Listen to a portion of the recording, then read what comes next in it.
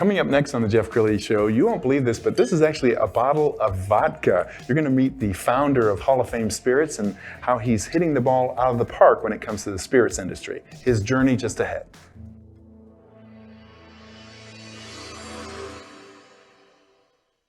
Many are predicting that the worst is yet to come, which is unfortunate, said one person here.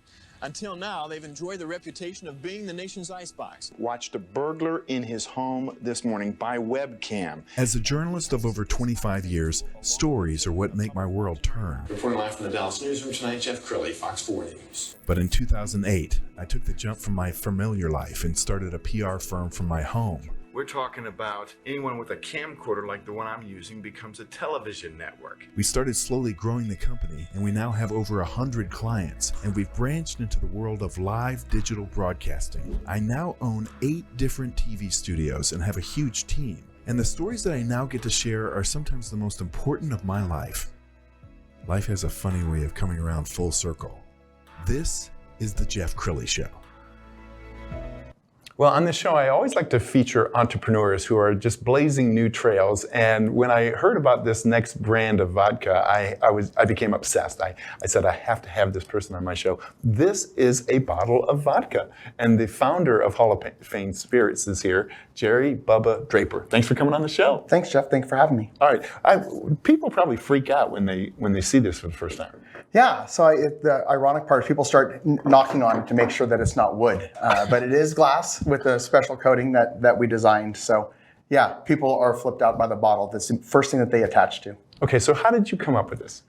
So ironically, sitting at a bar, right? Great things happen when you're sitting at a distillery. I was in Park City, and I was just looking at the back bar and realized, for me as a fan, sports fan, my friends, my family, huge sports fans, I'm sitting looking at the back bar saying, where is a brand, where is a liquor brand behind there that's specifically catering to me and my friends? And what I realized is this 7 years ago, there's not a brand behind the back bar, and y'all can go look. Nothing behind there that's really focused on the sports fan. So I thought, liquor, sports fan, I can merge my two favorite things. So I just started designing what it would look like and what brand I would like to put out there. And so then do you contact like a bottling plant and say, this is what I'm thinking? Because I would assume most bottling plants, they have their standard, size. Yeah, no, absolutely. You can, tomorrow you can have thousands and thousands of bottles of standard brands. So I went backwards. I actually started with the trademarking of the brand on the name. So I went, I Googled and figured out, is there somebody out there that has the Hall of Fame brand out there on the liquor space? I didn't really find anything, so I reached out to my lawyer on that front. And then I started designing the bottle. So it was kind of the trademarking brand name first, and then how do I want that bottle to look? And that, ironically, people that are in the industry are very, very helpful. So I just started pinging some distilleries and saying, where is your bottle supplier? Where are you getting your bottles from? Lots come from Europe, a lot come from the United States, and a lot come over from overseas in the Asia Pac region. So I just started making calls and Googling and emailing and just continuously just knocking on people's doors. And one person led me to the next person, who then led me to the next person. And I didn't know exactly what I wanted. I knew what the bottle design was going to look like. And then I just started banging on doors saying, what's it going to take to make a bottle look like the way I wanted to look at? 2 years later, I thought it was going to be a very simple, make it look like wood, make it look like a baseball bat. Ironically, it hadn't been done before, and any kind of technology that was out there, it did not like a round bottle to make it look like wood. So wow. Veneers, shrink wraps, paper, all that stuff, none of it actually turned out. My wife rejected most everything on the quality standpoint until I got to this type of manufacturing. Wow. Well, I was on your Instagram. We found a cool little video. It's just a short little snippet, but this is actually hand done? Every single bottle's handmade. And if you put two bottles side by side, it's exactly like a baseball bat. The grains are different on every single bottle, which, I'm so proud of it. It's like a child. But, to put those two things side by side and say, literally, every single one is handmade. Every single one is hand dipped. I can only imagine that once you get a fan, they're like, I'm never throwing this away. Like it becomes a trophy on their mantle, right? Absolutely. If I had a penny for every time I heard that, and I tell people, for us to be successful, we'd like to repeat buyers. They're saying, well, you know what? I have 10 or 12 of them on my back bar. I'm fine with repeat buying. But absolutely, it's so gorgeous. I have bartenders that don't want to throw it away. Really? I have patrons that say, can I have it when you're done with it? I hear that every day when I'm inside of a bar or restaurant or something like that. People fall in love with it and they do not want to throw it away. Absolutely. And you do have legions of raving fans. As I was preparing for this show, I found this blog, and this is just a person who was at Costco. We're going to scroll down this page. He was just at Costco, saw this, became so obsessed with it that he wrote a blog about it. Absolutely. We get people all the time that come across it, and especially if they're sports fans. It's one thing to be a liquor fan, to be a vodka fan, but as soon as people are a sports fan, they are immediately gravitate towards the bottle. And yeah, we get publicity on YouTube and TikTok and all that with people that grab the bottle, people that do flair where they're flipping it around. People really do love how the bottle looks and feels. And you've been honored by your industry. We're going to show a page off your website, a number of awards. Now, is this for the taste or the design or both? So they're for both. And the best part is that as long as it took to make the bottle, make the design, and do the trademarking, we spent about a year on recipe design. And the beauty of it is when we reached out to some distillers we were going to co-partner with on our recipe, we could have started off with anything. The vodka has a base of grapes and corn and wheat and rye. You can really start with any kind of base. Well, when we went through and we tasted everything, we landed on a specific recipe, and that recipe is corn-based. We did go up on an overproof, but there's not a lot of overproofs that are out there.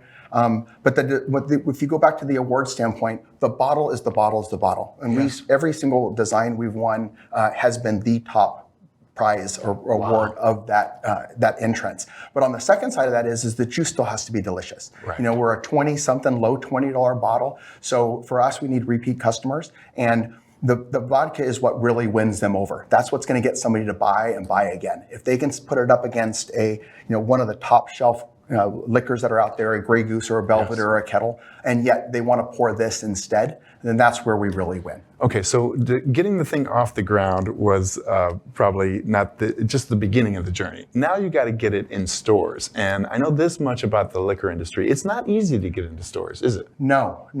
I think there is these barriers to entry. And the biggest one is can you even get a distributor? In our country, every single state is run by a separate distribution roadmap and regulations. So for us to be in our state, it's one thing. To be into another state, it's how do you get a distributor that wants to carry it when they've got thousands and thousands of brands? Then once you get through that gateway, then it's a matter of how do I even get into retail? Just because I have a distributor in town does not mean that the local Total Wine or Specs or Twins is going to even bring it in. Sure. The beauty of it is usually somebody on the buyer side is a sports fan. Yes. Either they are or their family is. They've grown up going to baseball games, football games, basketball games.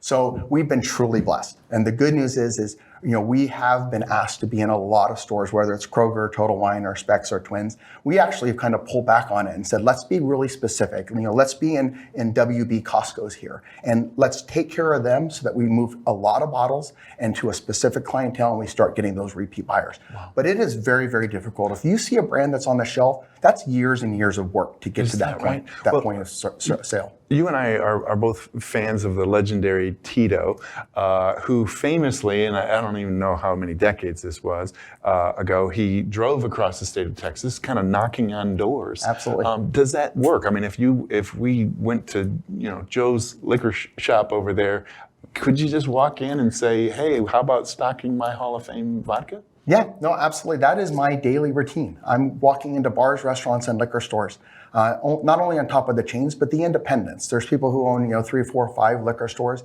And yeah, knocking on doors does work because there is a face to the brand. It's one thing if a distributor salesperson walks in and says, oh, we have a new product. It's like, okay. Right. But when you have Bubba walk in and tell the story on, we're family owned, we're craft, we're minority, we've done this for the last 5 years. Knocking on doors is important, especially when you start out. Yeah, and you have to have a certain amount of grit and stick-to-itiveness because as pretty as your bottle is and as wonderful as it tastes, these people you're calling on, you're just another guy. Absolutely. Because they probably get 10 of you guys a day. Oh, at a minimum, right? And not only from us, it's the big guys, right? Where you have big brands that are doing flavored vodkas, where they're coming out with a new flavor every week or every month. So they are getting bombarded. But I think once you come in and you're saying, you know what, from one small business owner to another, you know, how can we help you move product? How can we make you be different than the big box store down the street? Yes. And sometimes it's like, okay, now we're craft. Now we're, you know, I have a little bit of a story on Bubba, minority, craft, award winning. You know, let's put that up front. Yeah. And because at one point in time, all those brands that are in the liquor store were small.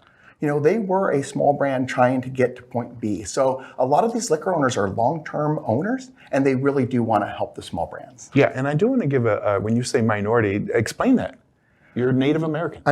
We are Native American, you know, which I didn't really look at when I first founded the company, but when I really started looking at, especially over COVID, we started seeing a lot smaller brands that are minority owned, you know, that have stories that were popping up saying, you know, let's try something different, let's try something new.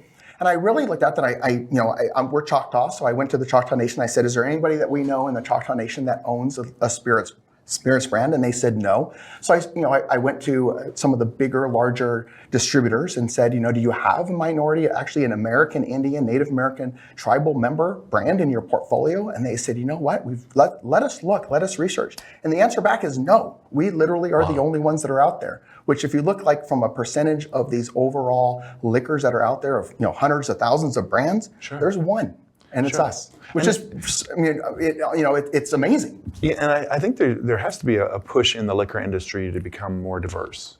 Absolutely. Yeah, it's owned by the large conglomerates, and a lot of them are publicly traded international brands that have been around for years and years and years since Prohibition. There's kind of a scwitch to, you know, how can we as an industry start supporting these small brands?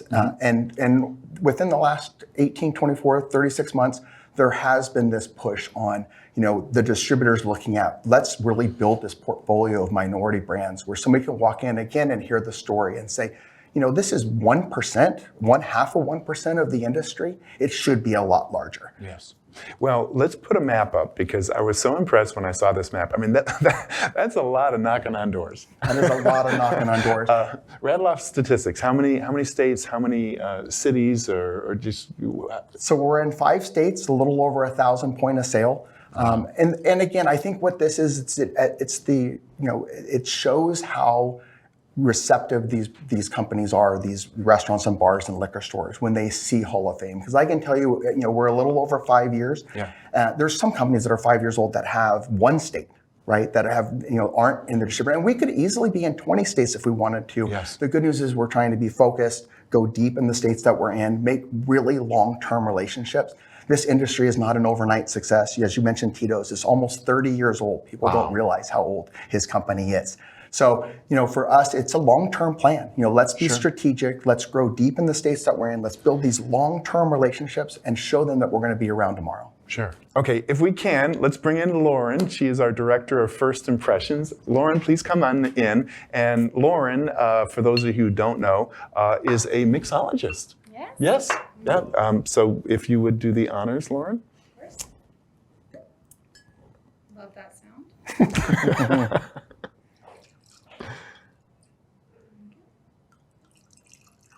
That is so awesome. Okay. Cheers to Bubba. Cheers. And Thanks, your Jeff. success. And to Lauren, thanks you so Lauren. much. Appreciate it. All right. Now tell me, before I just swallow, what should I be noticing in terms of like a... So it's an overproof, which is a 90 proof instead of 80. Most vodkas are 80. So what you should get is you shouldn't get a smell of any kind of medicinal type thing. You should get a little bit of a sweetness because it is corn based. And then when we taste it, it'll be a little bit heat in the mouth, which is just because it's a liquor and that's what we're typical of. But we should get no burn on the back end. That's how we know we did good on the distillation. Okay. All right. Let's do it. Cheers. Okay. Cheers. That's smooth. You're right. Right? Cheers. How long did it take you to develop this? Almost a little over a year on the recipe design. Really? Yep. So we tried everything from a base and we landed up on the corn, mostly because of that overproof. When we get up that extra 11 or 12%, the corn really softens it. Really, you don't get a sweetness, but you get a softness. Do your friends all kind of kid you that you're constantly doing research? Just Constantly. I'm kind of the one that, if you're going to be a baker, know how to bake. Yeah. Right? If you're going to own a brand, know the brand. I can tell you how the glass is made. I can tell you about the trademarking process and the patenting process. And I can tell you how to make a very delicious vodka and what bases you need to go to. Now, I'm sure you're always kind of inventing. Are you thinking about other kinds of spirits? Absolutely. So the good news is we own the trademark across all brands. So Hall of Fame whiskey, gin, rum, tequila. And we're made in Bardstown, Kentucky, the beginning of the whiskey trail. So whiskey's on my mind. Bourbon's hot. Yes. I love bourbon. That's kind of where I started off with. So yeah, I think a Hall of Fame whiskey or a Hall of Fame bourbon, I think is our next step. And I know everybody thinks they're a genius, but have you thought about beer? Oh, you know what? I mean, ironically, like baseball and, right? and beer. Ironically, the only one that was taken was Hall of Fame beer. Okay. I don't know who owns it, so I might have to reach out to them. Yes. But right now, we're going to stick to the spirit side. Awesome. Well, Bubba, thanks for coming on the show. We're going to end with your website, which is hofvodka.com. The great Jerry Bubba Draper. Thanks for coming on the show. Thanks for having me, Jeff. That's it for now. We'll see you next time.